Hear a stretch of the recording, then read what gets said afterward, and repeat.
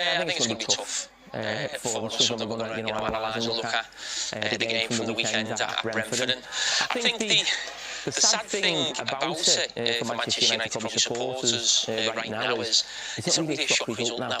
You look at Man United going to Brentford in the early game of the weekend, and I don't think many people would predict Manchester United to go and win. I don't think they would. Anyone looking at the coupons or whatever they were predicting when they were doing the bets maybe over the weekend, I don't think many people were predicting Manchester United to win at Brentford. And Brentford going into that game, I think, fourth from bottom.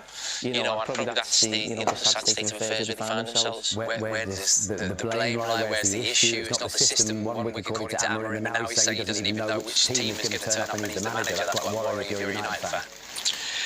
It is worrying, and again, it's something we're going to get into in a bit more detail tonight.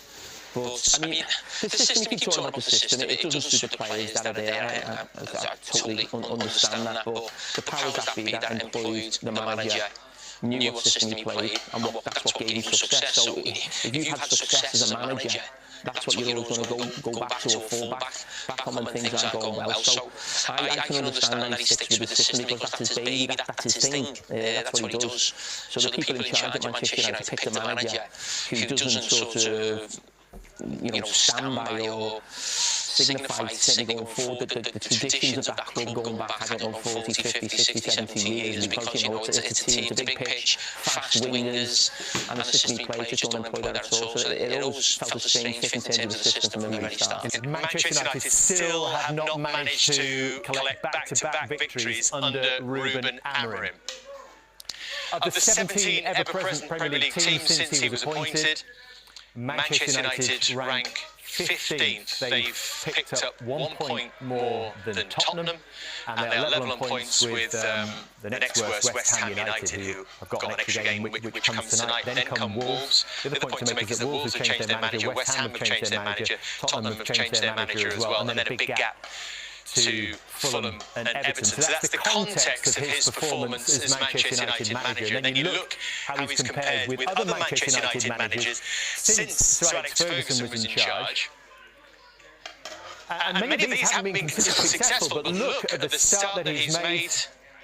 From those first 33 games, he's almost on we almost need another screen to put him on. The margins are absolutely huge, which is why there is so much concern, it feels right now, amongst Manchester United supporters. And here's another one, and this is for even wider context. When you talk about other managers in Premier League history who've been given 33 games and having been appointed in existing Premier League clubs, there aren't actually that many. So we've taken out promoted managers.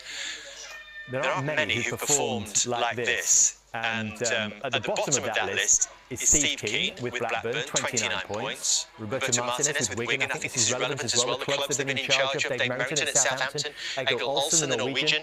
You'll remember at Wimbledon, Ozzy Idealis didn't have a great start at Spurs either. I think, Duncan, you were involved. I was involved in 1988. To be fair, I got sold to Newcastle in 1998, if I remember right. So of those managers who have been appointed to existing Premier League clubs, he is one of the worst over this time period.